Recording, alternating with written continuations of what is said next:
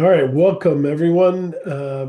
This is Mark, of course, and this is a new show that I thought of for a long time, trying to bring together a bunch of bands to talk about how we can collaborate, how we can work together, what we can share with each other to make everyone's progress that much better. I want all these bands to grow and have huge followings. So that's sort of the idea behind this thing. My goals and strategies for this were to put together to help bands get together, share information that can help each band grow and reach their full potential. Also, to inspire the idea of collaboration, whether that involves sharing instruments, players, ideas, studios, production skills, equipment, etc. We're also going to be introducing the leaders of Washington's Records. They're here to talk about what they have to offer. Um, they can make plastic LPs, recyclable type CDs, 7-inch singles, discs, cassettes, and vinyl. And so that's the plan. What we're going to do is we're going to go around the room first and allow everyone to sort of introduce themselves and talk about your accomplishments, what you need as a band, what would help you, and then your 5-year goal, or where do you want to be? Do you want to be the next Kiss or the next Led Zeppelin, or do you want to just be a band that gets together with families and friends and do that kind of thing. Um, and then we're going to talk to the founders. Hang here one more. I'm almost done. Um, we're going to talk with the founder and presidents of Washington's Records, and then we'll have sort of an information share and opportunity for collaborations. So let's get started with ladies first. We'll go ahead and Hannah, and then we'll go across. So Hannah, Patrick, Brittany, and then start with Stephanie. Go ahead. Hey Pete. Pete just joined. Okay, my name is Hannah. My artist name is Hannah Wyatt. It says Hannah Strickland on here just because that's my real name. But I release under Hannah Wyatt. I live in Bellingham. I do like indie folk. I'm not sure exactly how you would categorize it. My latest album leaned a little more folky country. It's called Sunday Cowboy. Um, my long-term goal, I think the next album, I was considering Tim and I have been watching the Ken Burns country doc, and I was like, I want to go even more old school country and just take it real back and write some like Hank Senior style songs with some pedal steel. But Tim was like, you should do more of a Radiohead inspired album next and then go back to more country. So I think that might be the direction I'll go in for the future. So I'm not sure. I might have some needs, some because so far I've recorded all my drum tracks myself and I don't know how to play drums. So if I'm gonna do sort of a more rock album, I would definitely need an actual drummer. Um, so yeah, I'm not sure of my needs right now, but when I start writing that in the future, um, that'll be more um I'll be reaching out to some local people. Yeah, so that's where I'm going right now. I've just been playing a lot of shows around Bellingham, trying to sell my records, sell through my records.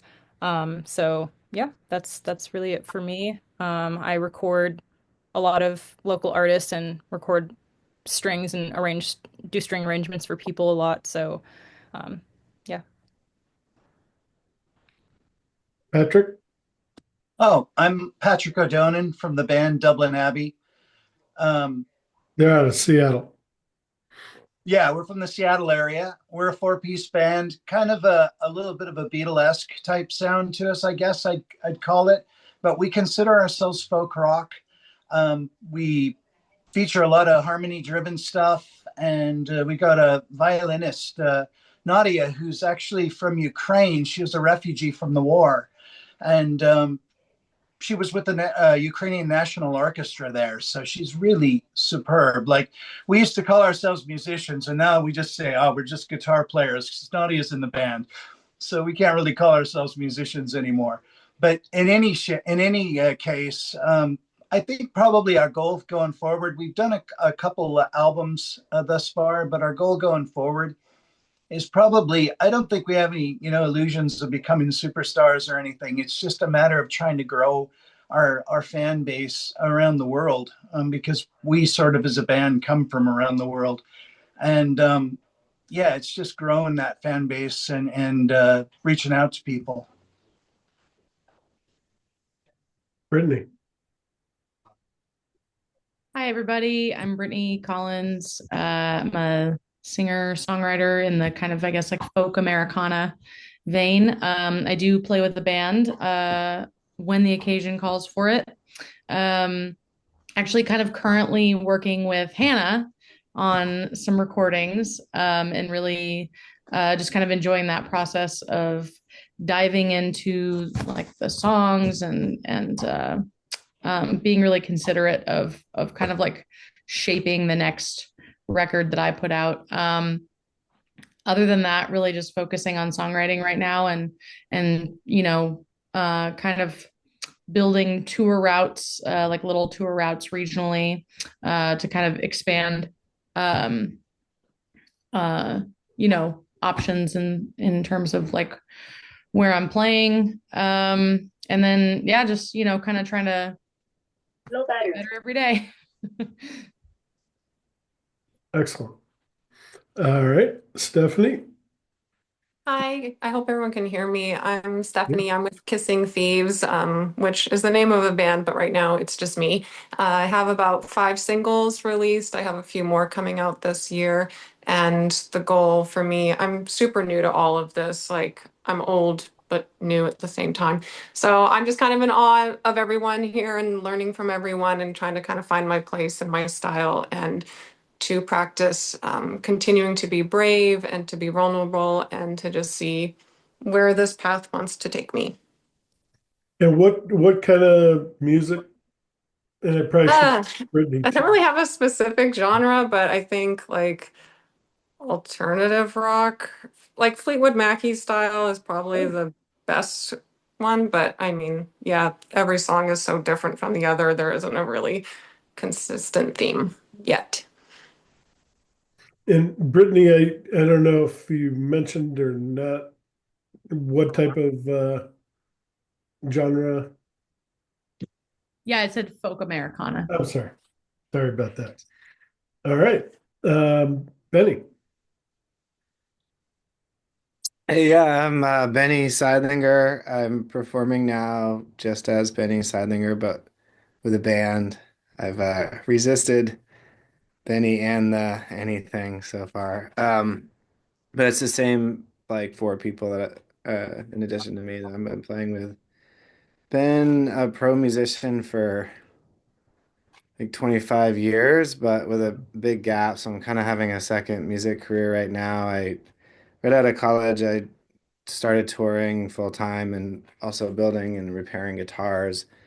Did that really solidly for like 10 years and got to travel a lot and kind of live that life. Then, like, classic story, got married to someone who I was a cool musician, and then I was not a cool husband. Very short, and I ended up having kids and settling down for a little while, and now I moved to this area a few years ago and hurt myself.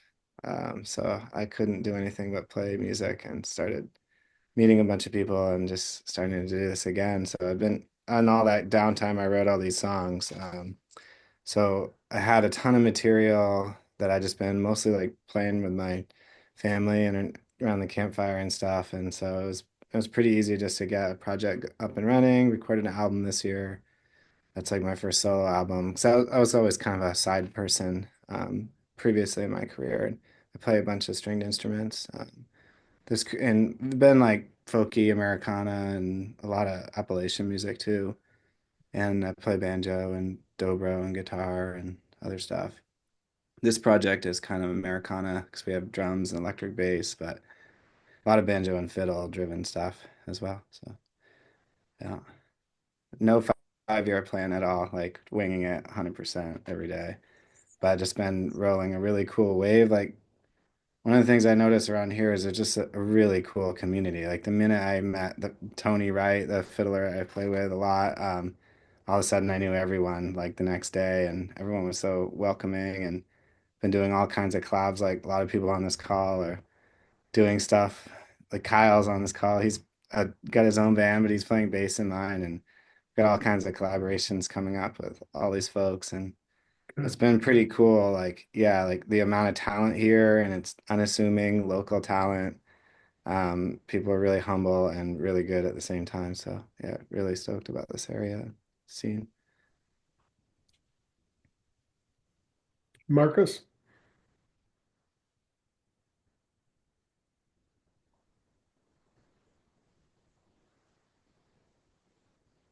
I Here think, we go. So I was oh, trying okay. to I was going to trying say, I to think unmute he's myself. on mute. Go ahead. I'm sorry. Yeah. I'm Marcus Benson. I record under James Beck. I kind of play folk country. Um, have big inspirations like John Prine, Chris Christopherson, that sort of genre. I'm a big lyricist. Is basically I picture my music as just a container to deliver my lyrics. Um, right, I'm recording with my bandmate Zach Cowan. I also play in a kind of jazzy, funky, psychedelic rock band called Idle Drive. Um, but so our drummer he runs a little studio, so I've been recording with him. The biggest thing that I feel like has limited me in my recording is not having all the instruments that I would like, and like finding people to play fiddle or banjo or someone who plays guitar better than I do. Um, like those are all things that would be great additions. Um, and as far as my goals, I think for me it's just inspiring other people's songwriting. If my music takes flight beyond the local scene, that's wonderful. But my main goal is to make people feel things with my lyrics, connect with others, connect and inspire other people, and then play shows wherever there are opportunities. All right. Jeff?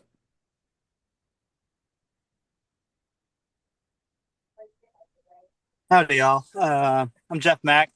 I'm a singer-songwriter, focusing on country, folk, maybe music. And I just recently released an album with Hannah produced it. And Tim, who's on this chat, and Pete also played on it and contributed to it.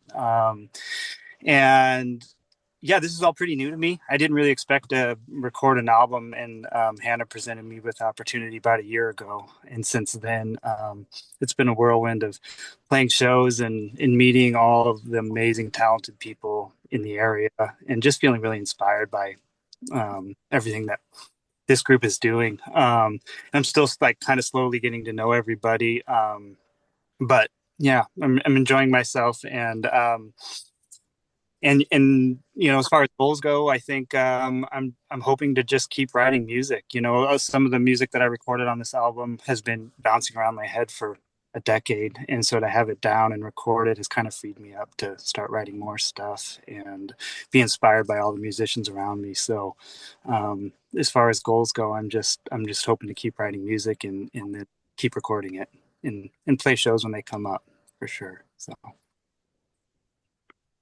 right. Marcus, if you're into lyrics, you got to listen to Jeff's album. He's an amazing lyricist. All right. Kyle? thanks, Hannah. Yeah. Uh, hey, I'm Kyle Allen Hobbs. So I guess I make something like a psychedelic country thing. It's influenced like a lot by Bakersfield sound kind of stuff. Bigly, very inspired by like the Byrds, Sweetheart of the Rodeo, and like Merle Haggard, but then like Willie Nelson and stuff. But um, yeah, my stuff it kind of follows the traditional forms, but it's kind of takes influence. Like once I heard John Prine, I realized like, oh, I can just make extra bars wherever I want, and I so like that alone kind of gives it its own thing, as well as like lyrically, I get into concepts of Eastern religion and like psychedelics and different stuff like that, but like over a traditional kind of honky tonk sound. So yeah, so Tim and I and my band were almost finished recording an EP and have plans to do an album after that. And yeah, I told Tim I wanted to be like if Hank Senior's band are all get secretly dosed with LSD and then they just go to make some music. And that's kind of what we're trying to do here. And it's kind of shaping up actually way better than I had imagined. So yeah, I'm just excited to play more shows. And yeah, my goal is ultimately just to keep doing this. Like if I could just do music, make records and whatnot, I would be happy. So I'm already doing that. So just yeah, I'm really grateful to be here. A lot of talented people. P. Rubel is gonna play harmonica next week, the harp, I should say. Yeah. So thank you for including me in all of this. But yeah, that's me, Kyle. I'm host. All right, no, you're welcome, and glad all of you guys came and showed up. Um, uh, Without my glasses, yeah, Rick.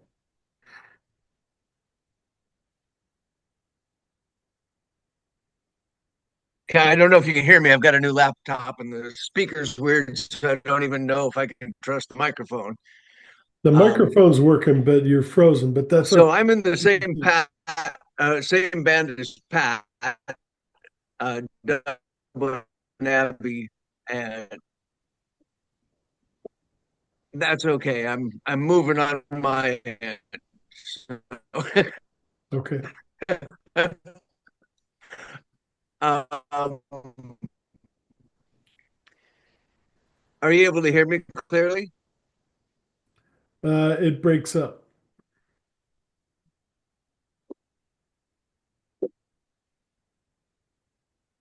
Do you want us to come back? Okay, go ahead and skip me. No, no, we'll come back. All right. Um, I think it's Brady. Yeah. Hi there. I'm Brady. I go by Buddy Mac when I perform. Um, I do a lot of old country Western stuff, and so like Roy Rogers, Gene Autry, Wow. Ernest Tubb, basically all the music my grandpa really enjoyed and kind of influenced me into.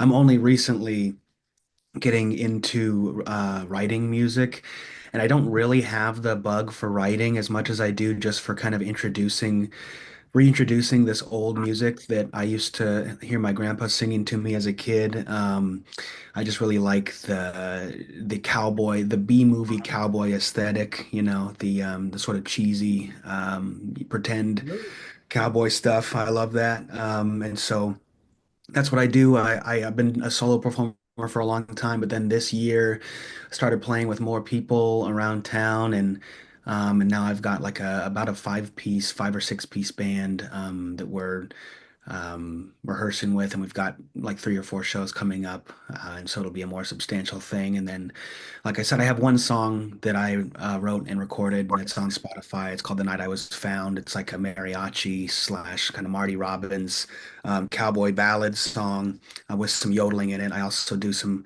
traditional cowboy Roy Rogers yodeling.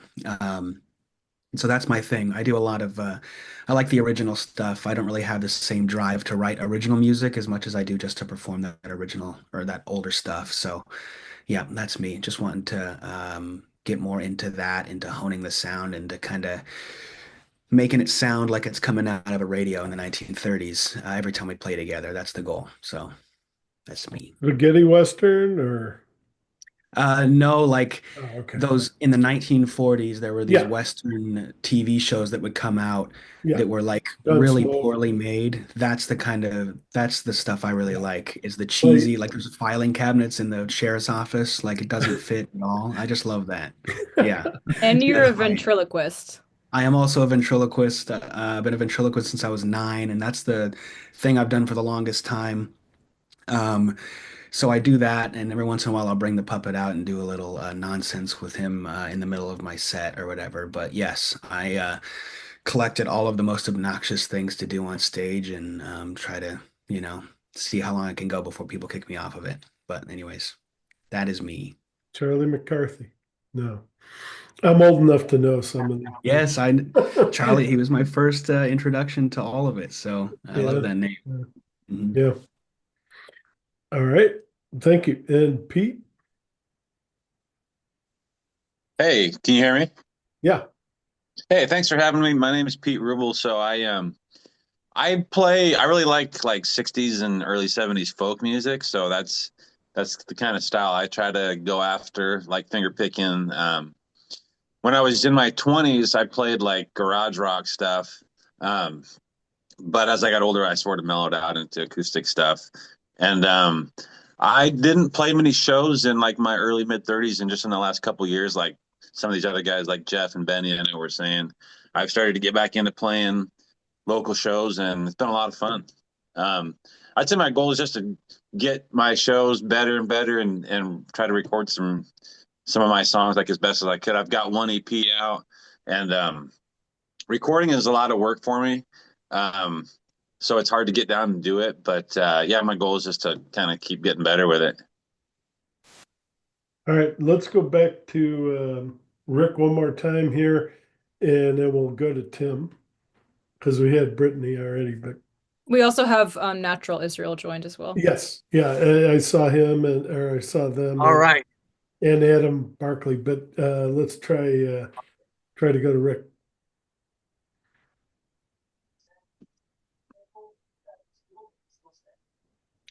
Okay, let's try this again.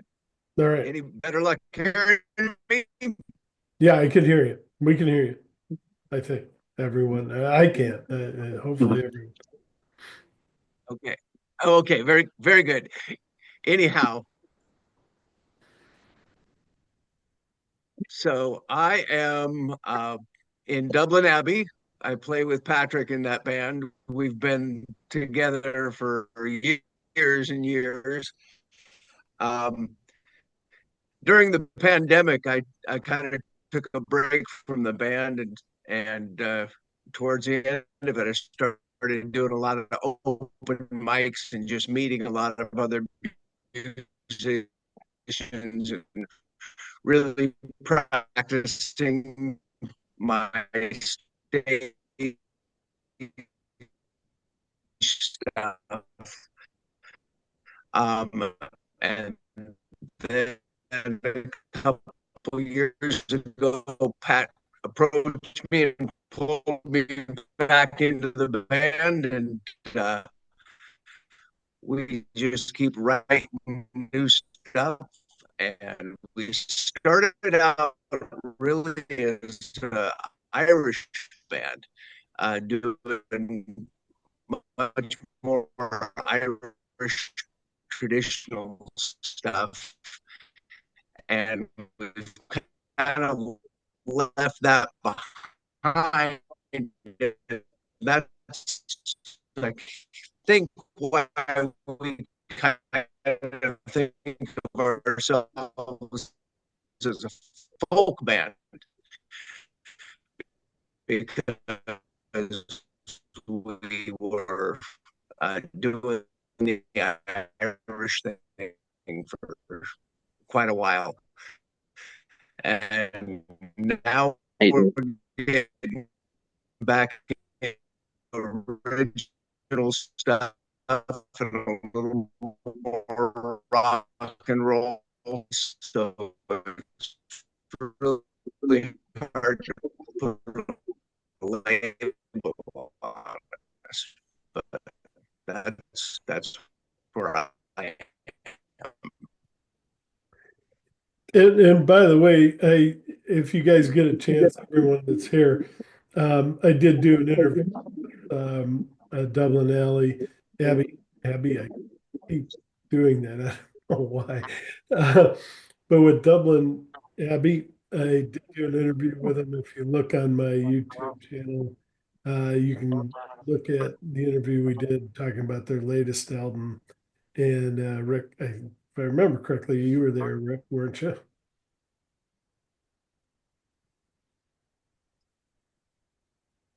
Well, we may have lost him. All right.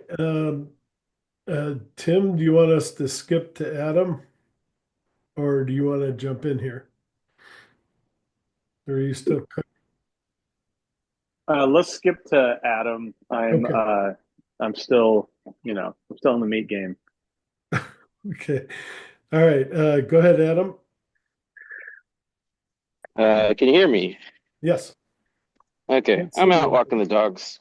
Okay. My name's Adam Barkley, and I play in Biff Got Killed. I guess I would just say we're a rock band. As far as like goals, just want to do stuff. I view all this stuff as like time capsules for later. It's cool if people like it in the moment, but 10 years from now, I'm like, what did that band sound like? Like I have bands that I was in Mississippi that like live in really, really terrible recordings, so it's like anytime you can record, I think you should, whether you're scared about it. Oh, that didn't sound as good as you hoped. I mean, like in 15 years, that's like looking at a snapshot. So that's kind of my ethos is to not really put any boundaries on the music and kind of do whatever you want because it's like there's no record deal waiting. There's no throngs of fans. So you better make the music that you enjoy. And then if other people like it, well, then that's great. As far as like us playing live, I like to, you know, consider us to be like, we want to show up and be as professional as we can. We're just hobbyists, jobbers out there doing it. But I want people to walk away like, dang, like I didn't like their music, but they're good at playing it. Like I'm fine with that. I'm totally fine with somebody saying something like that.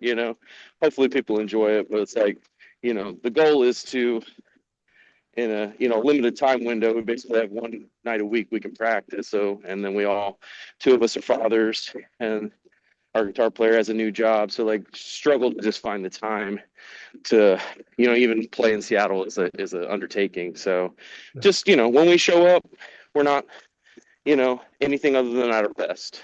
And, hopefully people enjoy that. We have music on Spotify and stuff. We're trying to do a second record possibly this year. And we just played last night at the Honeymoon acoustically, and we're kind of tossing around doing like a album of acoustic versions of stuff. That's it. And your album, was that with Washington's? No, we just put it out. On your own. Okay. All right. And whoever is Washington's recording, I think that's Sam, maybe.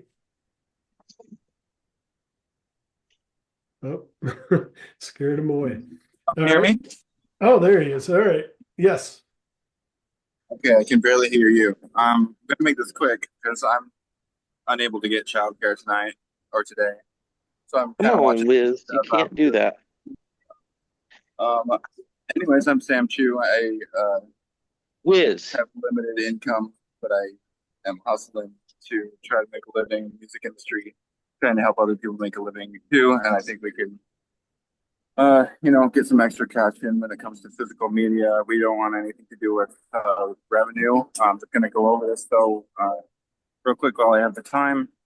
Right now we're looking at 4 different main releases of LPs, which are recyclable PET records, CDs, and then 2 single 45 cut PET records, which are like 7-inch, and then cassettes. Just since I have such little time, the profit margins on the LPs at the 200 units is $3,400. At CDs, it's $1,111. The 2 singles, 45s, which are 7-inch records, are the profit margin is $403. The cassettes profit margin is $866, and that's if we sell all the units. And I don't know what else to say except like, let's revive physical and physical merch matters. And we can keep on with the whole Spotify thing, and I think the bands do deserve those revenues over royalties. And also we need to make physicals. So yeah, sorry, I'm not completely here right now. Just halfway, just watching kids and halfway being present. So doing what I can, y'all. And one of the thing, oh, we lost them. One of the things that Tim and Sam are kind of the leaders of Washington's Records.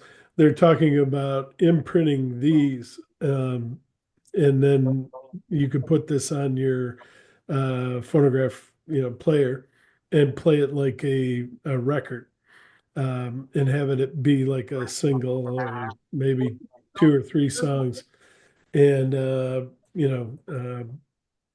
fans will love that. It's simple, probably not as expensive as a full album, and you get your single out there in a physical form. Could everybody who's not talking mute their mics, please? We're getting some feedback. Yeah, please, please. All right, Natural Israel, it's your turn. Yeah, hi. Hi there. I'm sorry I'm late, and That's okay. I'm really excited to have the opportunity to be on this and added to it. Well, my path through music has been kind of meandering. I never really had a genre in mind. Just kind of played what I listened to for the most part. Played acoustically, so I just called it folk. It's always been sort of changing. Now I'm up to Bellingham about 6 years ago. Kind of got into the music scene slowly after the pandemic.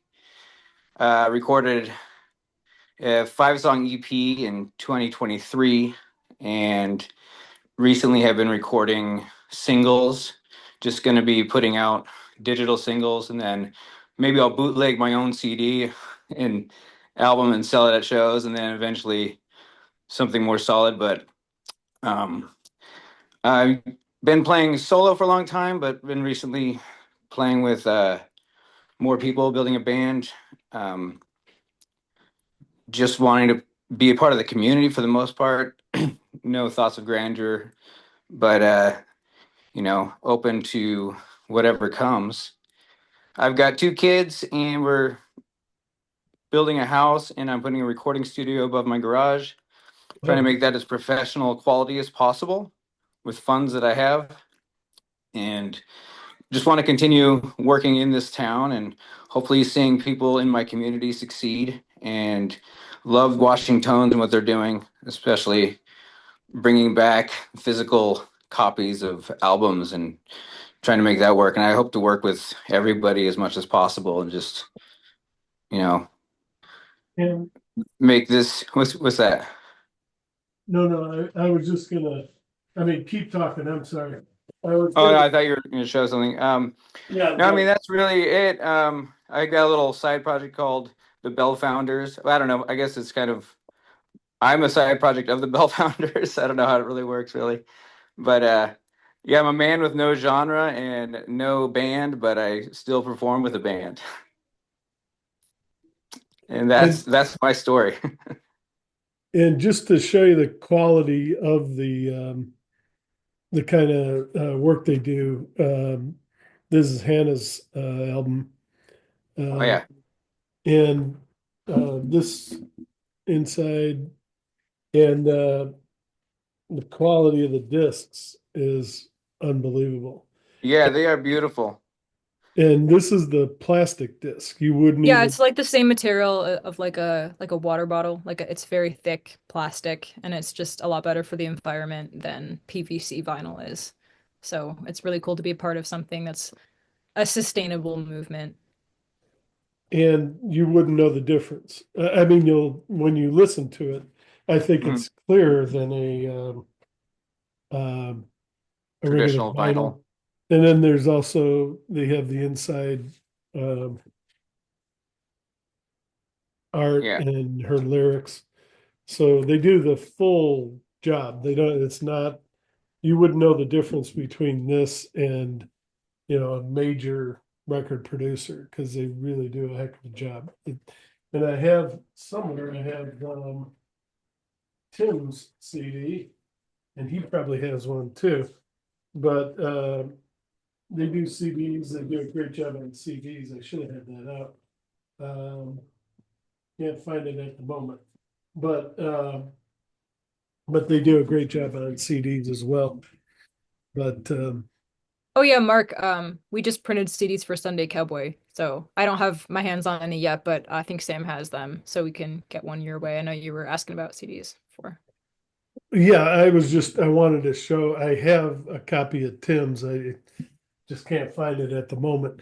If you have a copy of one of his, or just, yeah, just to show them what the see, and the part that this fell was this nice plastic covering on hers as well. So I mean, they really go all the way, and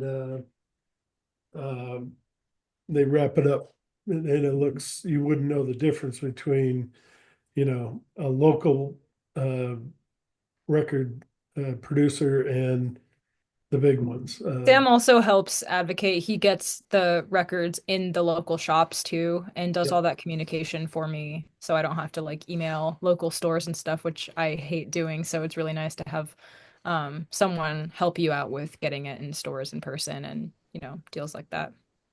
Well, let's move to that part of the discussion, which is, and Hannah and Tim are here, and I think Sam might chime in again, maybe or maybe not.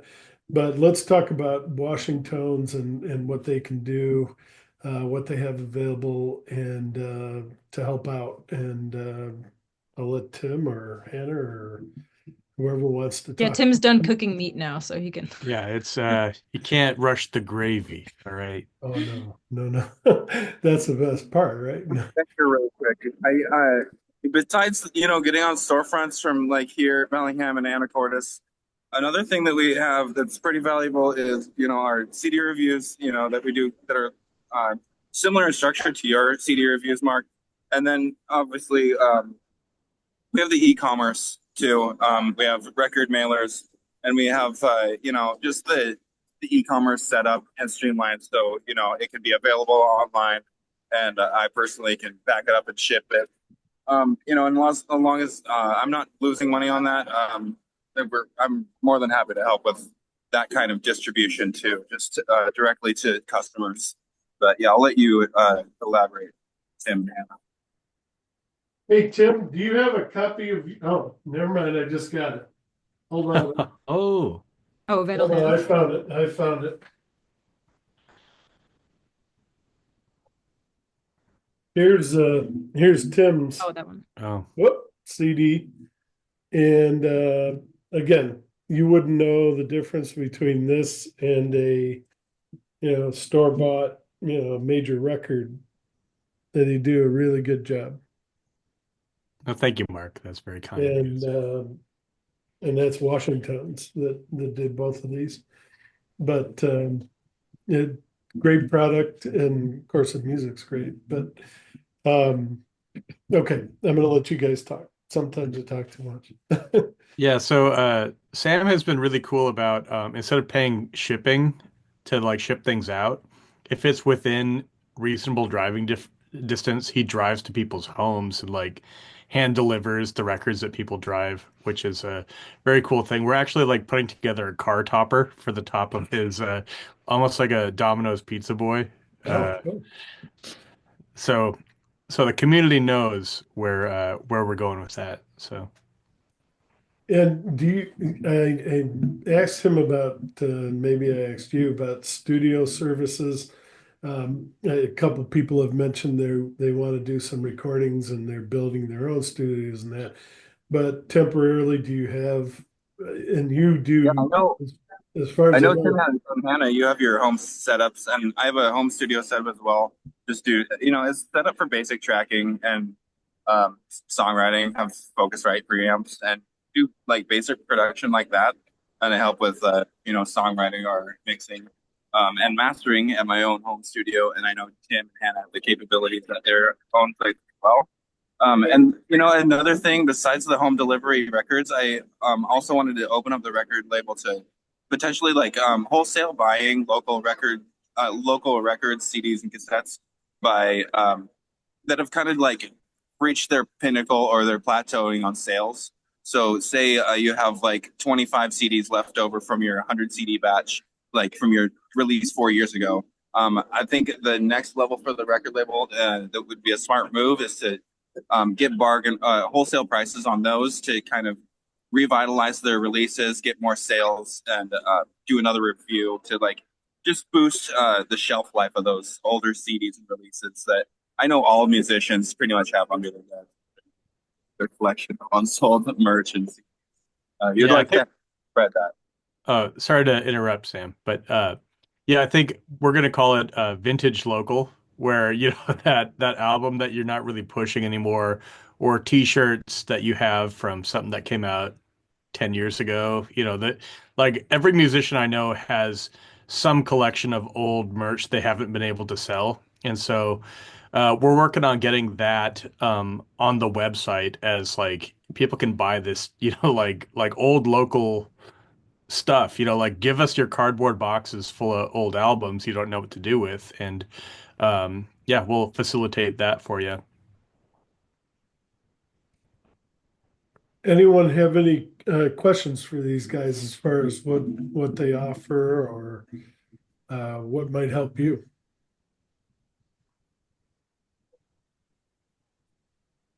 I have a question for Hannah. Hey, Uh, so how many physical medias did you get pressed? we did 200, but I think their new minimum is higher now moving forward. Okay. Sam would know. Their minimum is 500, but since we have a relationship with them, that's over the last 2 years, we have a 200. They let us do small batch 200 runs, and we don't have to do that 500 minimum. So yeah, this round we did 200 copies, which is give or take 10% with the whole plastic industry. You might end up getting. I think we ended up getting 225 copies. And what about the CDs? 100 CDs. I actually ordered 50 CDs, but the case was I ordered the wrong type of case, and so I ordered a new jacket to come in, but they didn't print as low as 50 copies of the jacket. So I have 100 jackets and 50 CDs. That was a little mess up on my end. Cool. Thank you. Well, is the 200, is that for does that apply to 45s as well? Matt, oh, but okay, you're who I wanted to talk about this. The Okay. 45s are different, and this is what I want to get into this year. They are lo-fi, and they sound like an old vintage, like 30s radio. We're printing 35 copies of two artists right now, um, and it's going to come out soon. And so it's a really limited run, not the biggest profit margins, but the bonus is it's only 35 copies. I think their minimum is 22. And so that little profit margin I read off earlier, that's talking about if we ordered 35 7-inch, and that would be 5 minutes on one side and 5 minutes on the other, and with a jacket as well. And Okay, so I'm 45s are a different technology. Yeah, new to us. okay. I'm looking at possibly getting wanting to get about 145s. My friend Lucy and I did a yodeling album, and so we have two songs that we want to get printed onto 45s. And so I don't know if that would be better for you if we ordered 100 I or think maybe that's more. if you've done the market research and you feel like confident that that's where you can make a break even point, and then I think that would be wise to do that amount. The more the better. You get bigger discounts, the more you get, especially with lathe cutting. Um, Sure. so I'd definitely be down to like even go half in on something like that, because that's what I'm doing with Leo Morningstar. I'm doing half in on that initial investment into the lathe cut records. That's Then we're what going we to get did too for five and mine. We split distribute, 50-50. and Nice. the gross profit is going to be cut in half based off the investors. Sweet. Okay. Well, I'll reach out to you then with some more details on that. Another thing that we do is Hannah and I have been recording people, basically just bootstrapping, like low production cost, high quality. I would say like getting a lot of bang for the buck. So you're not dropping 20 grand on a record. For example, Clay, who just joined here. Hi, Clay. Clay and I just did a record, and Jeff did a record with Hannah, and it was not professional studio prices, but I think the end result was, it was up there, So if you're on a budget, we're kind of working on the Steve Albini, Butch Vig sort of model of getting the best sounds uh, quickly Brittany, with, thanks. yeah. Sorry. Yeah, but getting high yield, I would say, because we don't have $5,000 microphones or like a really good space, but we know how to mix and master and arrange really well. So, I would say if you're looking for like something really like professionally polished, like high produced, sort of like auto-tuned, ready for the radio stuff, that's not us. I tend more lo-fi than him, even sometimes, depending. Like, because your album with Clay was really, it was pretty polished. Like, it was like professional. And I would say like my personal stuff, I don't know, I tend to like have a little bit more noise in it or some more. that's the opposite is actually true. So ignore what Hannah just said. So Yeah, I thought her was clean. Yeah. Yeah.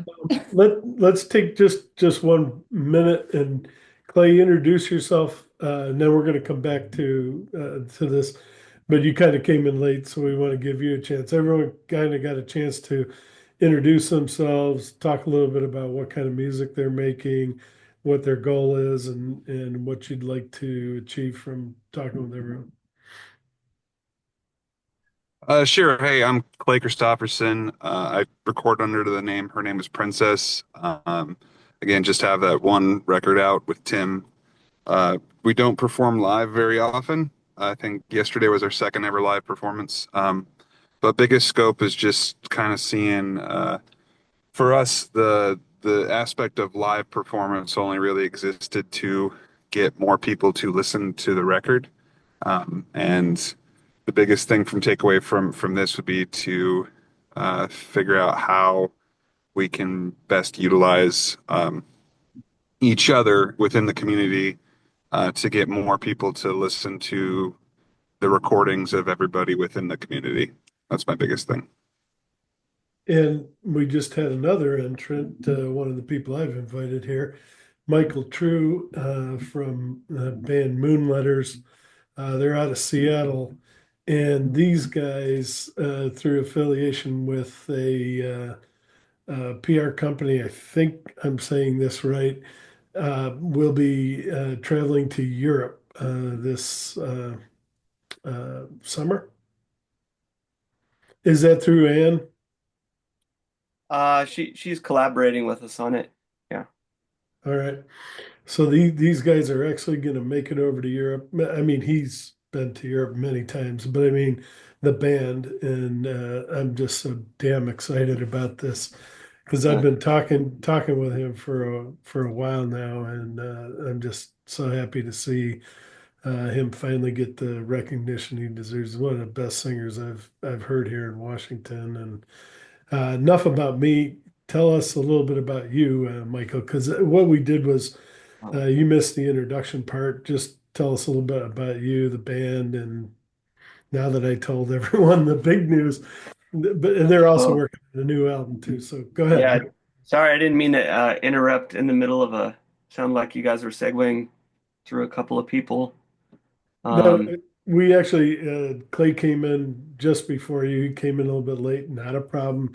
Late is okay. not, I am a professor, but I'm not going to close the door on anyone. Anyone who wants to come in. I had a class like that where a teacher just closed the door. You couldn't come in after a certain time. I'm not like that. But we're actually talking with Hannah and Sam and uh, um, um, Go ahead, Michael. Okay. Well, hi everybody.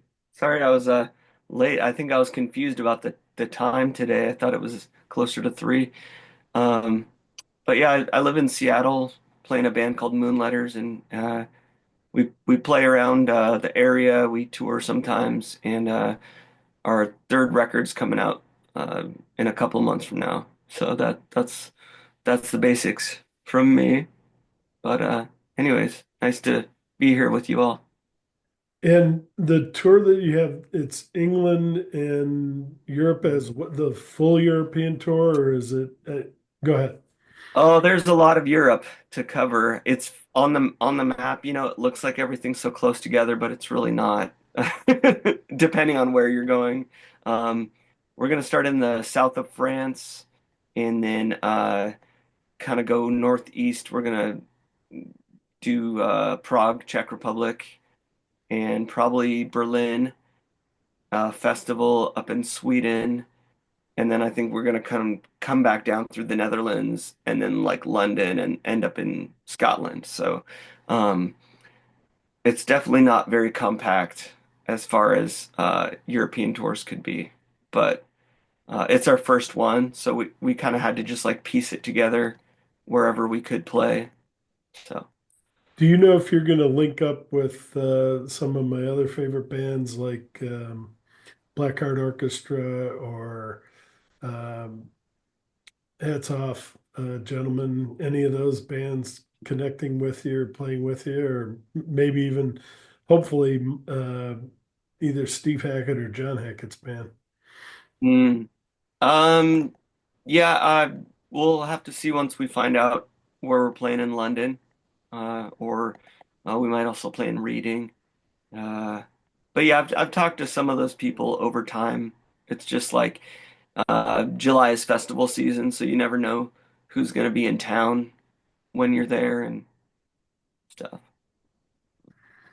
This is my hope for all of you guys that you'll do as well as they're doing here in Washington, but also be able to travel. I mean, everyone loves, traveling, and I'm just so happy for him and the band that they're taking that next step. And congratulations, really. Anything else you wanted to mention, Michael? I sometimes I talk over, and I'm sorry. Oh, no, that's the long and short of what we're up to for sure. So yeah, just excited to see what all these folks are doing. All right. We'll throw it back to Hannah and Tim. Tim left, but Hannah's here. Or I'm stirring Sam. his sauce. He's coming back any moment. Yeah, he's cooking. He was He cooking is. some. What kind of meat again? He's cooking Sunday gravy, that Italian red sauce with a bunch of meats in it. Oh, wow. And he must do it well because you're letting him do Yeah. it. I guess the only other thing I wanted to mention is that like if you want to be associated with Washington's, there's more than one way. You don't just have to record with us. Like I would consider anybody who gets like a full album review from Tim under the umbrella of Washington's, or also sometimes people have their albums done and they just want to like use our network to find somebody to record like a certain instrument on it.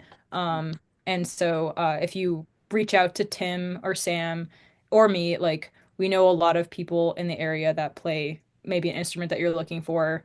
But also we do that as well. Tim plays a bunch of instruments. He plays bass and keyboard and guitar.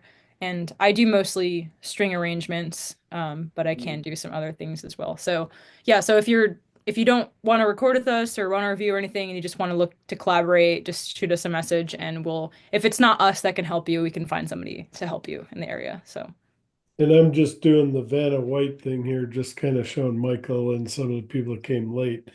This is the kind of quality of work they do. You wouldn't know the difference between this and Led Zeppelin one from A&M. They really do a great job, and they're using this plastic, and I don't know what happened to Sam, but he can tell you more about these plastic. Go ahead. Steering away from that vinyl because it's and I just don't want to store tons of vinyl and carcinogens in my house. About the review thing, I only had to slip Tim $100. He gave us a great one. That's right. The bigger tips mean happier reviews. I woefully have received $0 for any review for all the hours I've put in. And it's a lot because I always write north of 1,000 words, and Yeah, you go really in depth. some getting into 2,500 words, but I'm trying to bring back the old Lester Bangs like long form music review where you really go in depth on your tracks and stuff. And yeah, if I really like something, I'll give you a lot of words about it. And if I don't like it, I won't review it at all. And if he I was doesn't gonna get, say, if you want a negative review, I'll write one for Washington's apparently. Oh, Clay's great. and if you need more, everyone that knows my reviews, they're at least a page or two, or sometimes three or four. I think for Eklund, their new album, it was at least 4 or 5, maybe 6 pages, because it's a hell of, they put out 2 albums, and right now they're still my favorite. And if you listen to it, I think you'll know why. Not, it's just a great album, both of them. But that's another prog band, which I don't have a CD yet. Theirs aren't coming out, I think, until the end of the month. But yeah. And if you, the other thing, and I don't want to beat my horn, but I guess I gotta since you're all here.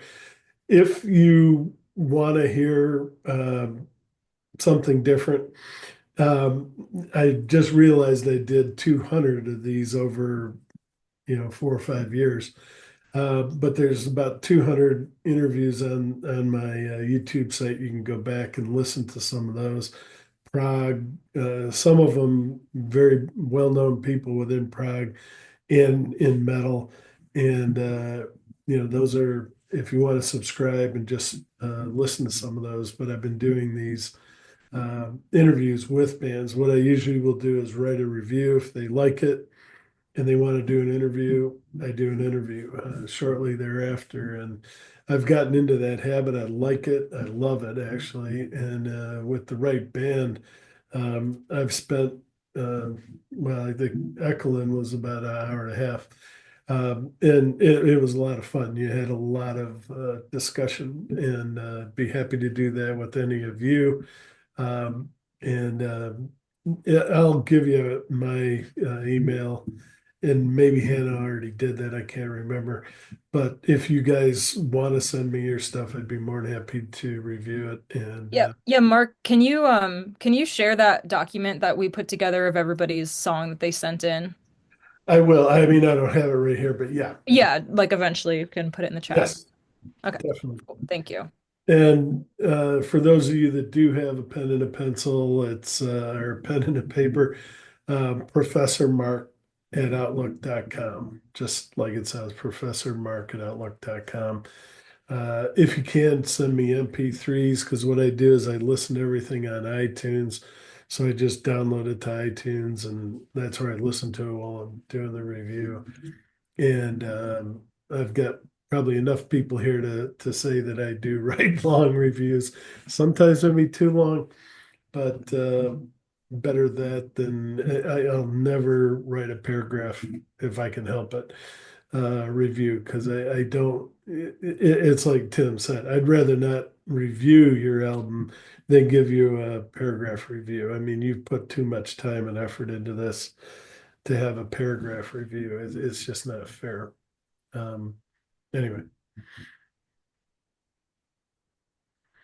Okay. Do you guys want to say anything more Washington's records? Otherwise, the third part was just going to be sort of an open, maybe not, don't use the word free for all, but just see if anyone has questions or anything. But first of all, anything more you guys want to add from Washingtons. We dig music. Yeah. Any I'm just looking forward to collaborating with y'all, building something special. Like Clay said, help people hear other musicians' music, within the same community. I think it's good. Long run. talk about that. He mentioned sort of a honeypot idea of, come in when you need it, and Washington's is there when you need them for whatever you need. To hook you up with a bassist, to find a piano for you, find a recording location. Do you want to expand on that? Either Yeah, Tim? traditionally, traditionally as in like the '90s to 2000s, the record label has kind of been like dipping out of bands, savings to, whoa, hey there, get like, up to 90% of the profits going to the label. And I think that can kind of just be turned on its head. And, if we're smart with it as a community, we can really build a savings in this label, for disadvantaged musicians who can't afford that $200 to get on CD or that $400 to get on cassette, and just have it there to be lent out, just like a honeypot, like Mark said, that can support people and also grow to help support the next generations of musicians. Kyle, I saw you had your hand up. I don't want to neglect. Thank you, Tim. I was just wondering if y'all had any plans as far as showcases or promotion of events around artists associated with you guys, or just releases at this point. In the past, we've done some Washington's showcases, and recently we did a Valentine's Day collaboration EP that was just kind of, people threw these kind of weird, bad love songs at us, and we put them in a cool compilation. And I was really, really stoked on how that turned out. A lot of Tell them the name of it, because it's got a good name. Wasn't it the Valentine It's the Massacre? St. Valentine's Day Massacre Part 2. Me too. And I love last this year it was just tradition me, too. Sam, and Hannah that did it together. And Volume 2 is a big step up. And next year it's going to be probably a double album at this rate. So Yeah, exactly. That's what it's looking like. It'd be really cool to get it onto a LP or even a CD, depending on how long it is. Anyways, I'm here at the ride. I'm gonna head out after this, y'all. But I think we touched on some really good things. Um, what am I gonna? Oh my God. Yeah, just appreciate y'all, and I want to look for. I want to keep working with y'all, and keep in touch. But thanks for meeting. Head out. cool. Thanks, Sam. And I think we just added the keyboardist from Moon Letters. There he is. Greetings, everyone. Hey, A John. lot of people here. Hey, congratulations. Now I can see you live. Congratulations on the European trip. That is going to be awesome. Ooh, yeah, very excited. A little nervous about my rig, but gotta work on that in the next few weeks. All right. Yeah, this guy, he's played in, he has another band. You mentioned that band because I can't remember all the names, but we happened to see him. He was in Bellingham and played down here. And what's the name of that band again? Yeah, that's Chaos and the Cosmos. And so we sort of strike, we have three string players, violin, viola, cello, and we sort of strike a Pink Floyd ELO kind of vibe, Moody Blues a little bit. We're our second album is probably not going to make it this year. It might be early next year before it's out. And he's been working with Michael on the Moonletters album, so that's probably what's taken most of his time. And now that they have this dream trip coming to Europe, that's taken the rest of the year probably for you, right? Oh yeah, oh yeah. That's well, I mean that's in July, and then we have maybe a another tour in the fall, a U.S. tour though. So I'm hoping, yeah. So lots of Moonlighters going on, and then I'll squeeze some chaos in there somewhere. Anything else you guys want to say about Washington's? Otherwise, we'll just kind of open it up and Um, we still dig music. He's not good at this. I mean, but like, um, it's about community building. I'm very, very busy, like just serving the community because I put an album out and nobody gave a shit, and it was hey, just, wait a minute.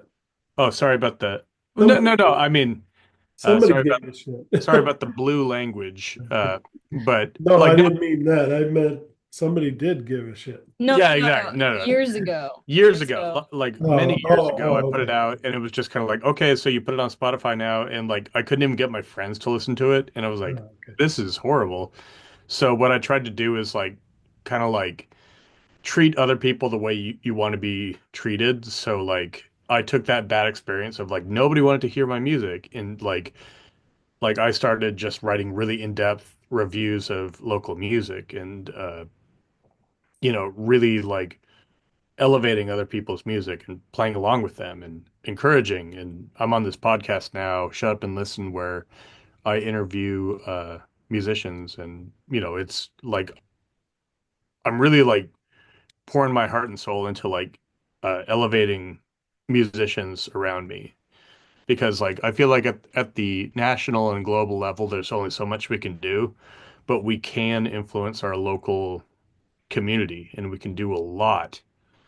And we can create our own little universe here, and like the people that live 3 minutes away from me are incredible musicians, and they should be celebrated the same as Bono or uh sorry, that was the first name that came to my mind, but Poor Bono. He gets picked on a lot. he does. Still a big fan. I don't know. Yeah, I guess you can see it. Um, but yeah, Anyway, that's just kind of my little soapbox. So and he's got a great song in here which almost made me cry. It sounded like Salty Dog from Procol Harum, and just what's the name of the song? Song of the Mother. Yeah, check that out. It's really good. Someday Okay. I'll make you cry for real, Mark. Okay. All right. Well, I think, well, no, Sam's album did that to me. But okay. Let's sort of open it up. You guys just talk with any questions for anyone. I had a question, yeah, for Tim and Hannah. Are you guys tracking like full drums at your home studio? I tracked a full drum set in my room here for Jeff's album, and it worked. It was very Nice. tight, but it Yeah, worked. sounded good. I love that album, by the way. I've been listening to it Thanks. obsessively. I mean, We all the also stuff. have a pretty good community of like Phil Carter has a really, really good drum mic situation at his house, and he works for free. He just loves music. He wants to be on everybody's albums. Just cool guy stuff. So we work with him. We work with Stone Jones, who sometimes charges us and sometimes he doesn't. Depends on the project. I think it depends on how stoked he is about it. But we have we have access to a lot of spaces, and also Arcadian Public House, formerly known as the Conway Muse, has given me like full um like free, like on nights that there isn't a show, I can record anything in the Conway Muse, like in the upstairs hayloft stage. It's a crazy cool room. So starting this week, I'm going to be recording some drums and guitars and Wednesday. Oh. But yeah, I'm going to be recording in the Conway Muse. It's a big crazy room, and It's amazing. yeah. That's So nice. They have a piano there too that Oh yeah, maybe more yeah. than Oh, is one that piano in piano, tune? but at Maybe to least your Randy I Newman? saw one downstairs near the bar that we had a visitor come in from Italy and he played Firth the Fifth from Genesis on that thing. It just blew me away. He just sat down, he starts playing. I'm like, oh my God. So yeah, they have that. They allow people to use that for recording as well, right? I would imagine. Yeah. I mean, I'm a sound guy there, and they like me, and they're basically as long as we credit the Arcadian Public House as where it was recorded, I basically have carte blanche to do my weird little shit there. So That room sounds really good. Would that include video, Tim? hey, if you bring the cameras, I'll you know. Yeah, we don't have any cameras, but we know friends that have Mhm. cameras that we could hire them to Clay is record and a stuff. But Clay is a prolific videographer.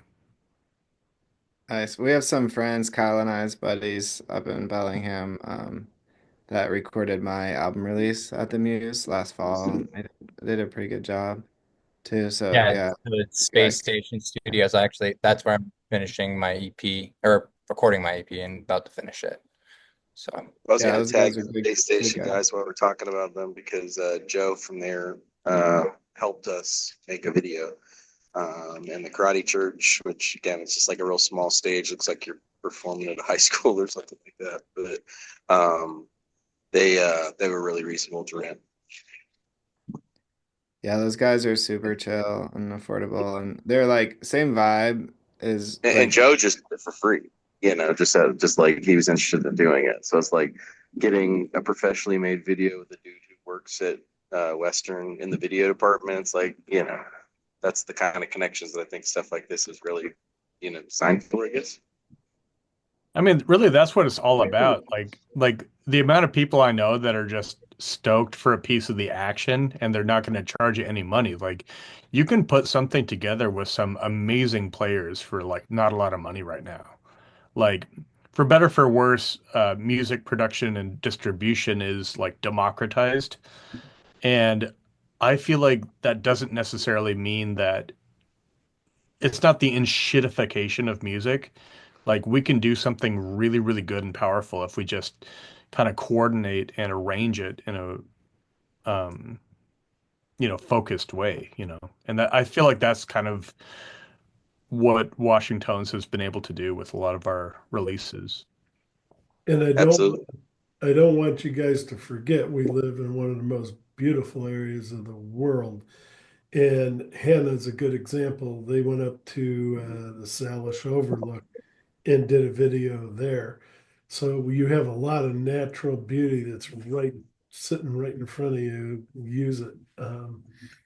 What's the name of that video, just in case you want to take a look at it? oh, I can put a link. Keep the Saddle Clean is the name of the vid. But yeah, Yeah, you got to sign off, guys. This has been fun. I'll watch the rest of it later. I'm sorry. Good luck. Oh, I just need to sign off. I just got Okay. got to be somewhere else now. But I'll watch the rest later. Nice to meet everybody. Yeah, definitely. It Cool. looks like he's got a nice place to shoot a video back there. Is that a swing? It looks like he's on a swing. It's in a rocking chair. I found at Goodwill. Oh, okay.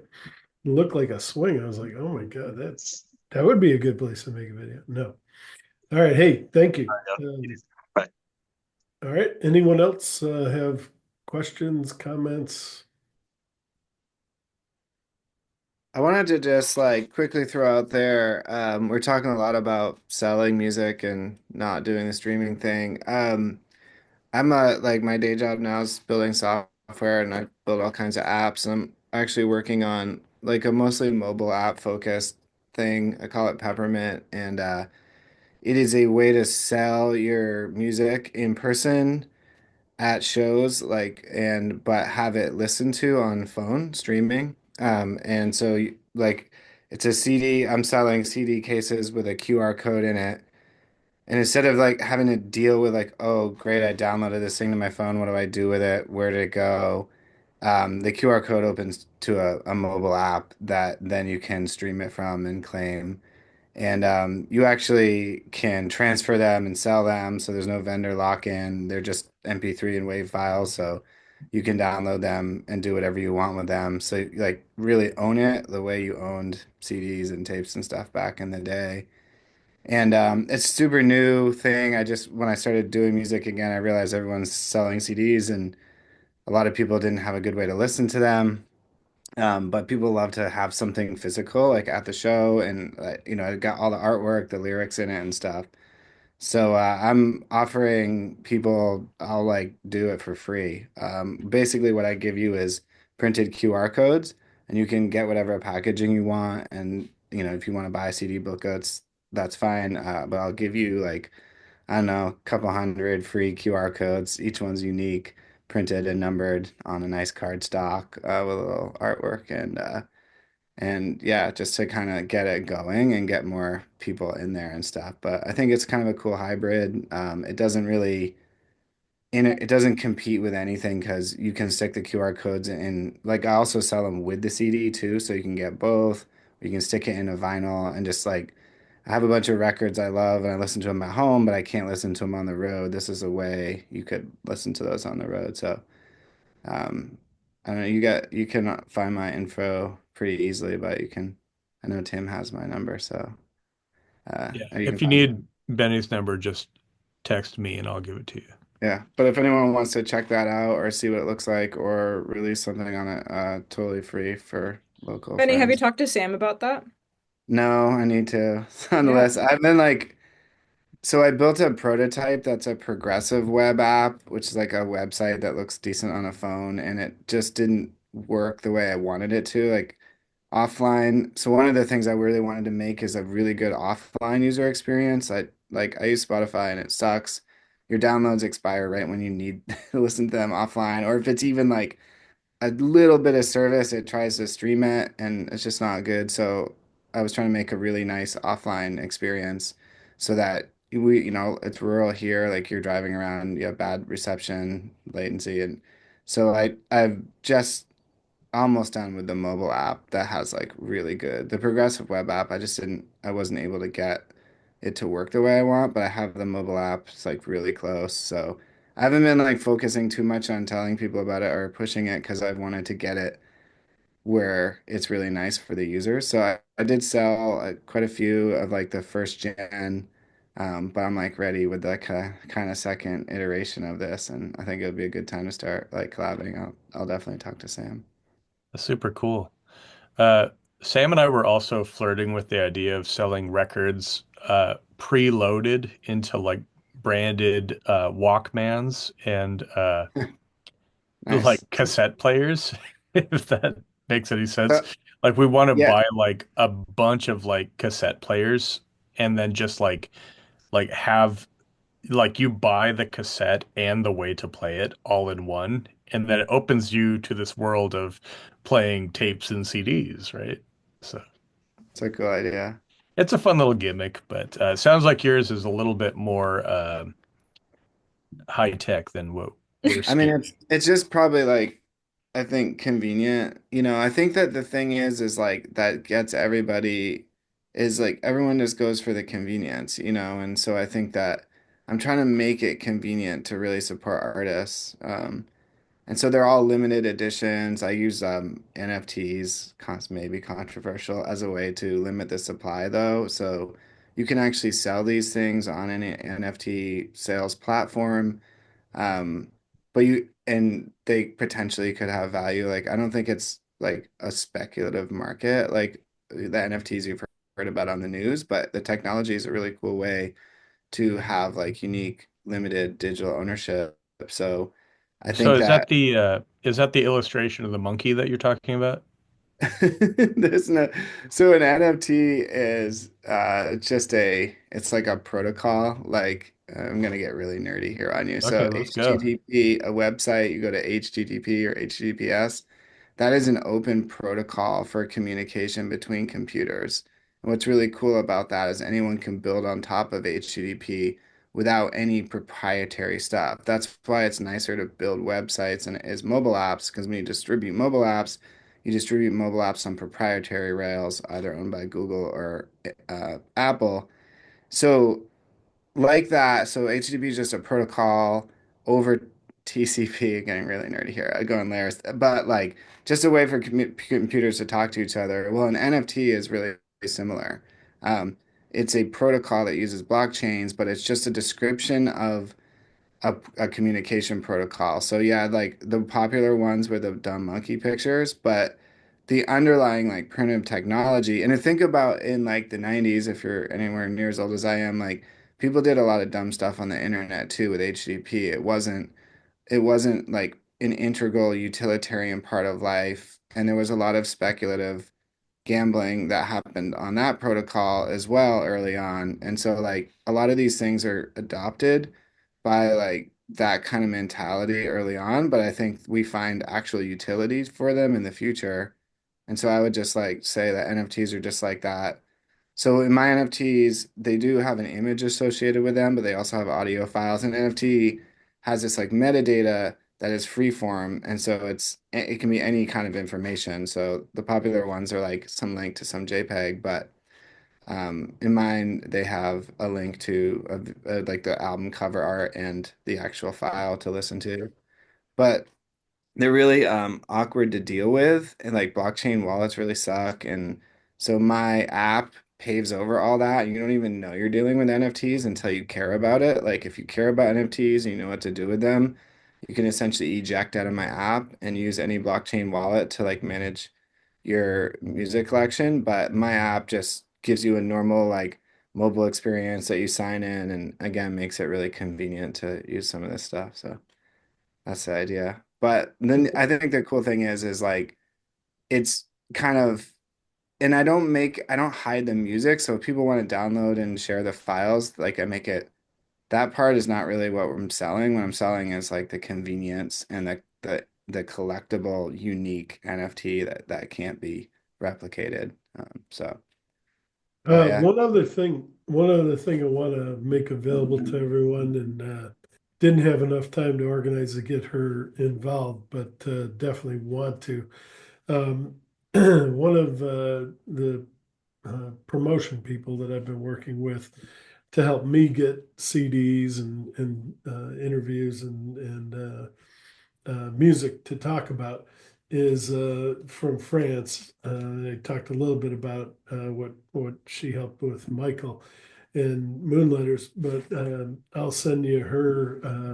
I haven't had a chance to really talk to her, but she maybe can help some of you maybe get to Europe in the future. She's just fantastic. She's a musician herself, loves music, and is kind of like all of us, wants to help everyone grow. And so I'll spread that out, or I mean, send that out with that list that Hannah talked about. And do you guys, Michael, do you want to just mention what it's like working with her? I think I mean, for me, she's fantastic, but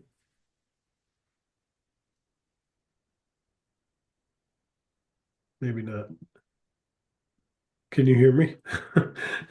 There we go.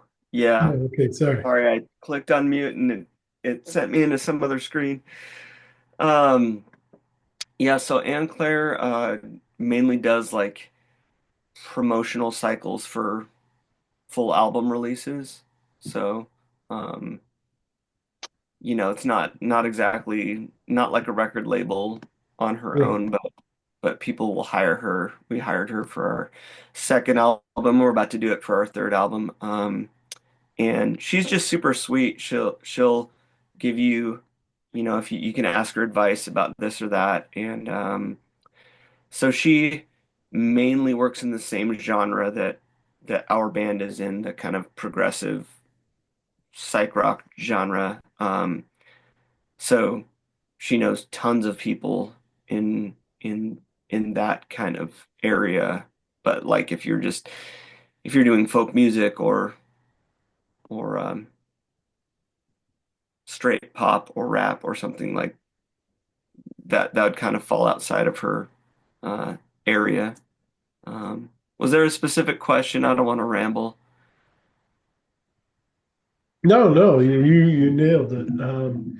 So yeah, mostly progressive rock, but I think she'd be willing to take on, maybe not country or whatever. Again, I haven't really even talked to her, but I know she wants to expand and reach as many people as she possibly can to help out.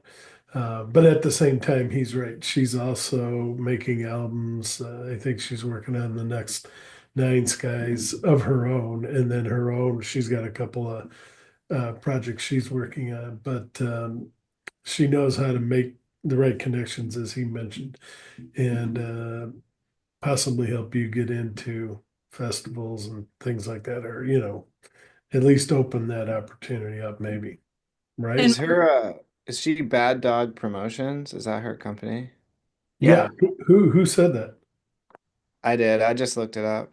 I'm like sitting in Oh it. yeah. Yeah.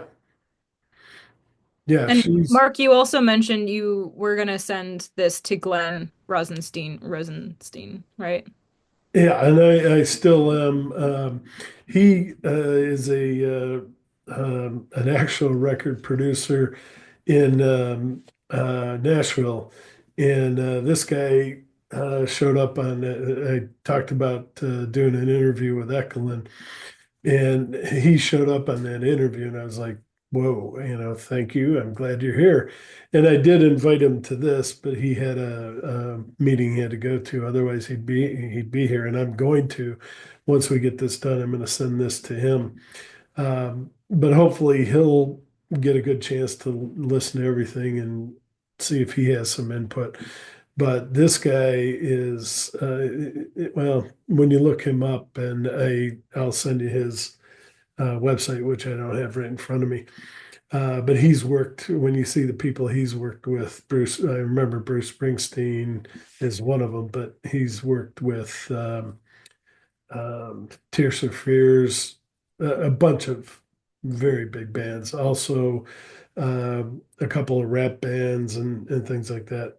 Do you I have? just put his website in the chat. She's awesome. I'm telling you, she is so on the ball. I don't know what I'd do without her. And I don't mean, nothing to nothing that way. But no, she really knows how to have everything ready. And I'm trying to run this whole thing, so she's doing a great job. But yeah, check him out. And like I say, I'm going to send this to him, and hopefully he'll have some input on this and say, hey, one of these guys, one of these ladies, I'd like to have them, do a record for me or something. So we'll see. Is that all you wanted me to say about him, or? Oh yeah, I just thought that was really interesting that you have that connection with him. And I think you watch and everyone here can watch it. You can watch, it's Echolyn, Echolyn. And yeah, they're Prague, but they're musicians, and just watch the interview I did with them. They're a great bunch of guys. And Glenn was there, and he did have a lot of input. And so you did watch it. Okay, good. But yeah, just take a look at that. And if you have some questions, I'd be happy to forward those to them, or um, yeah, any way I can hopefully hook you guys up with somebody like that. I'd love to do it. Yeah.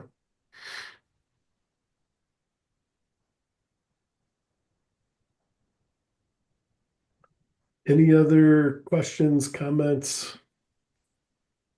I'm curious if anyone's doing interesting things for live shows. So at Moonletters we're pretty theatrical.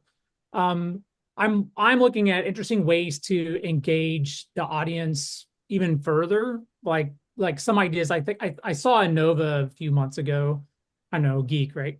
And they had a part where you would have a phone. It was like some dancing thing, and you could feel they wired up the dancers so when their legs moved, their phone did something, vibrated or something. But you could totally hook up like the kick drum or something to a phone, or at certain times flash colors on the screen, or do some way to sort of make the audience part of the show. I'm just curious if anyone's, I don't think, I haven't seen really any technology for that, but has that occurred to anybody or is anyone trying interesting things live? I bet Benny knows about those. Yeah, it's a cool idea. I mean, I've never like dabbled too much, but I think that one thing I'll say about I think it's a really smart idea, and I mean, I've just like built lots of apps, so I'm always open to neat ideas. But I do think that like a lot more people are really used to video conferencing now. It's like super normal because of COVID. It's like one of the, and so I think that there's some really cool opportunities in that space. Yeah, and I haven't like dabbled too much, but I think it's a really cool idea. I'd love to hear more about it. Yeah, there's with the sort of interactive with your phone. I think they had some QR code that then would install an app or something, but they had to have the latency is too high to do it basically over the internet. They would have to do something more of a local network, which makes for a pain in the butt for a touring band. But I'm just curious if there's other ideas that or other things. But anyway, always looking more. You want more, right? You want people to feel. Well, we want people to feel have an experience. And that's so we're always looking for ways to make it cool. Yeah, no, I think that's cool instead of just having to be a light or something like that. Like our old cigarette lighters, things like that. Yeah, I think that would be absolutely more bring that community. What's the word I'm looking for? More participation, more band participation. Yeah, definitely. Great idea.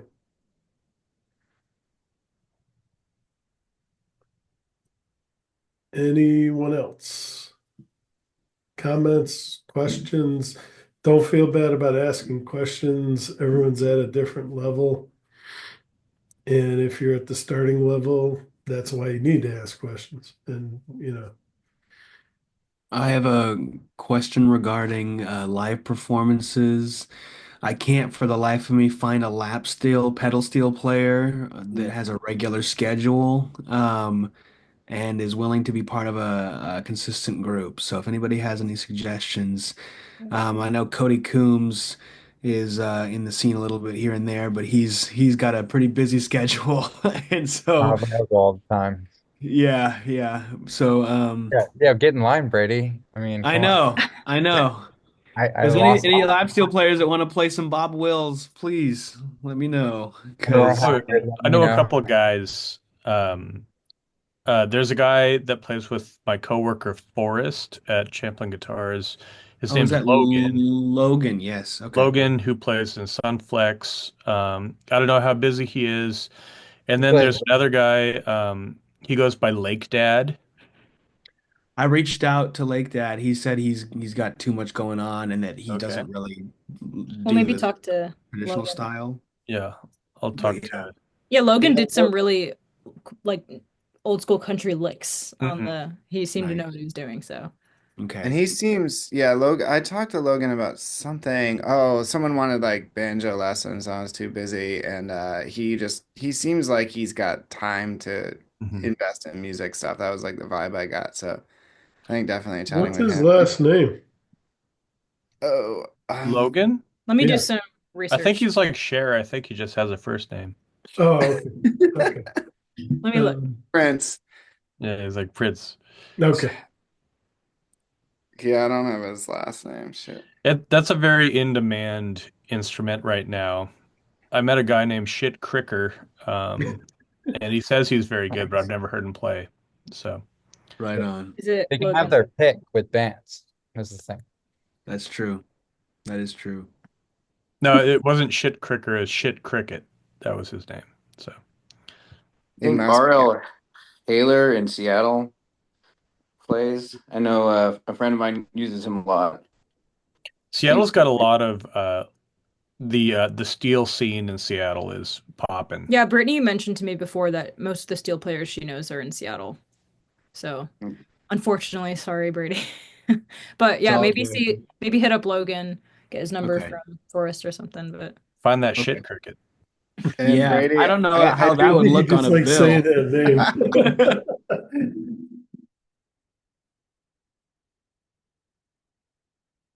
Hello?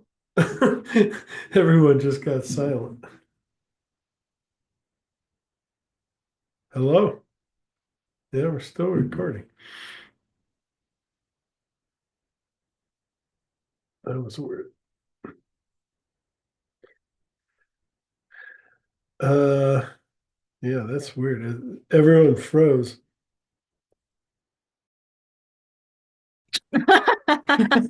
Yeah, The that government was got Smart involved. enough. Yeah, that's no Pete. that was spooky. It just gone. I mean, I'll yeah. reach out to you, Benny. Thank you for letting me know. Yeah, I might have some stuff. Cool, yeah, that's right. I'm not like super trad country, but I can do some blocking. Like I don't know, That's good. I can do something. That's Awesome. slidey. I Yeah, can use a volume that's pedal. perfect. That sounds good.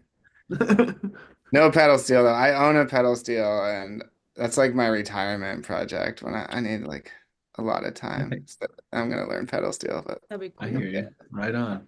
Well, when you do, keep yeah. playing. And I know that Kyle is building a Gumby themed lap steel. What? He's calling it the Gumbo Caster. Oh my goodness, that's crazy. Yeah, he's sent some very disturbing images of it to me. Wait, You're, Kyle, how do I I'm not going know with about the this? 50s version with the red eyes before they went green eyes too. It's not oh In my the God. 50s, he goodness. had red eyes. in the first couple seasons. They were like just red little pupils. It's And the awesome. He focus group traumatized kids, probably, so they had to yeah, they stop were that, like, right? we got to switch It's that up. it's high art. Gumby's a trip, dude. That's a deep cut, man. It is.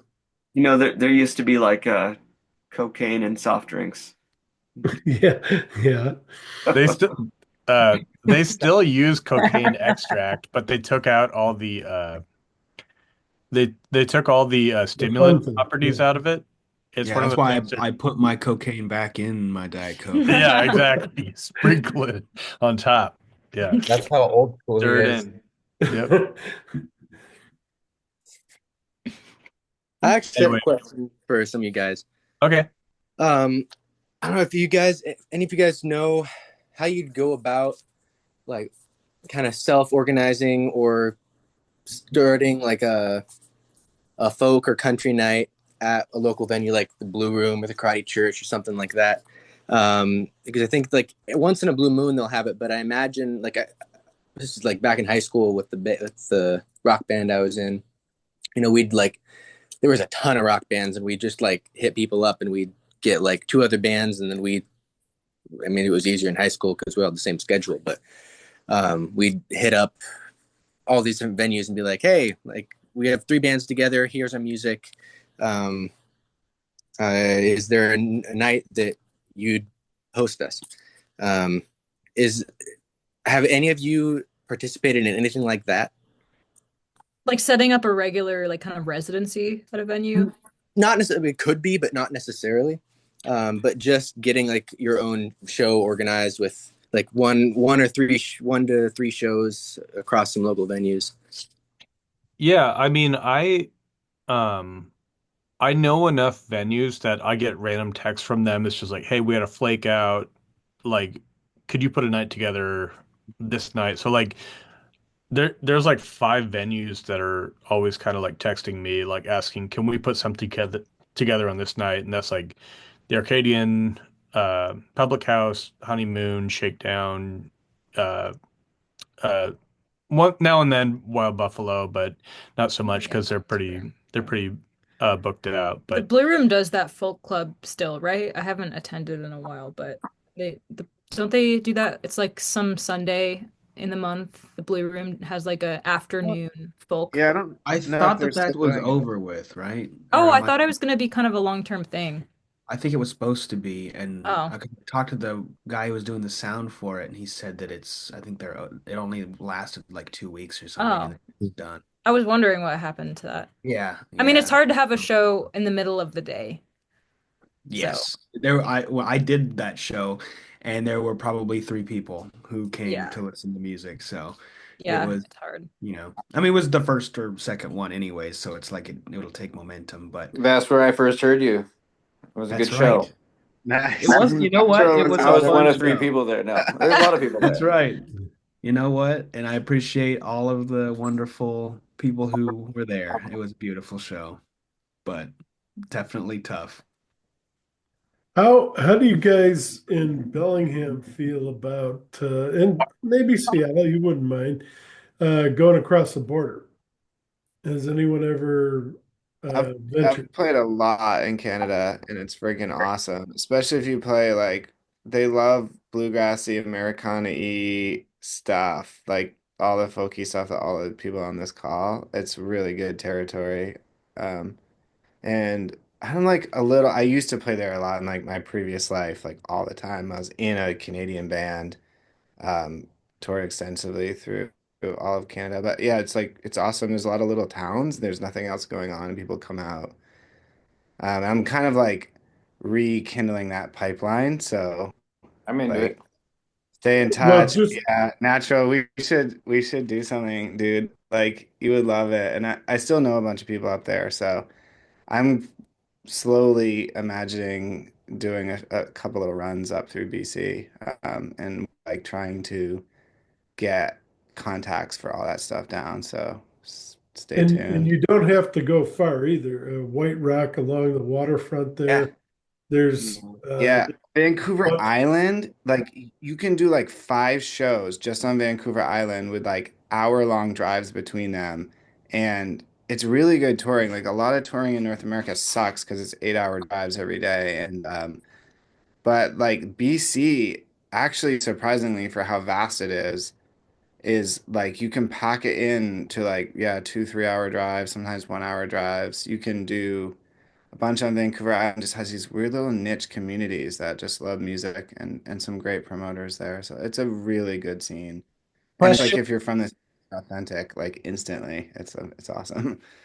And if you look at the population distribution of Canada, it's all along their southern border. Like if you look at like so you could just start in BC and just go east till you get to Newfoundland and you could probably rock the whole It uh gets sparse though, Parallel. like Manitoba. yeah, Like there's Manitoba. there's actually some pretty good stuff in Alberta, but there's like a few like it's so vast and empty there. So like crossing Canada is tricky. Like it is longer drives and gnarly weather a lot of time, but Eastern Canada is pretty good. Like you can pack it in pretty tight. And but I think if you live around here, like just focusing on BC is a really good strategy to start to get out of town. For sure, because it's short drives. You have to be careful about merch. They're pretty serious about crossing the border with U.S. merch. Like gotten busted for it and stuff. You can't sell your merch over Well, the you border. have to import it and deal with like import stuff. So you can technically, and it's right really complicated. now with all those new Yeah, tariffs, oh my God. Yeah, yeah. It's just a question process. about Canada. Let Patrick, go ahead. Yeah, I had a question about playing up in Canada. I had a friend who was doing piano shows up there who was doing it without paperwork and ended up getting banned from the country for a year. Has anybody had Oh experience my with that? God. Yeah. I've had No, friends that but there is guidance at cfmusicians.afm.org. There's a whole breakdown, and the CFM can write a letter of endorsement for American musicians. There's like a whole guideline. It's like if you're going to play here, there's a whole website dedicated to helping out American musicians play in Canada. It's got all the forms and guidelines you'd need. Also, though, I'm pretty sure now if you're playing at a festival, there's like actually a subcategory of gigs you can do that you don't need a visa. So I used to always get a visa to go play there, which you just pay and do paperwork and spend time. It's just this annoying thing, but it's not that hard. Like Clay said, there's a bunch of resources. But I think they changed it if you were playing. If you're not playing at like a club, you can actually do it without a visa. So I bet that website that Clay mentioned has the up-to-date details. But I'm pretty sure festivals, at least last I checked, you don't need a visa. You can like admit that you're playing music, there and stuff. But again, if you're bringing merch, you still have to process it, and it's not like a show up at the border thing. Easier to ship it in advance to someone or something. Crazy. Damn. Or Um, ship That's out. way too so, complicated for me.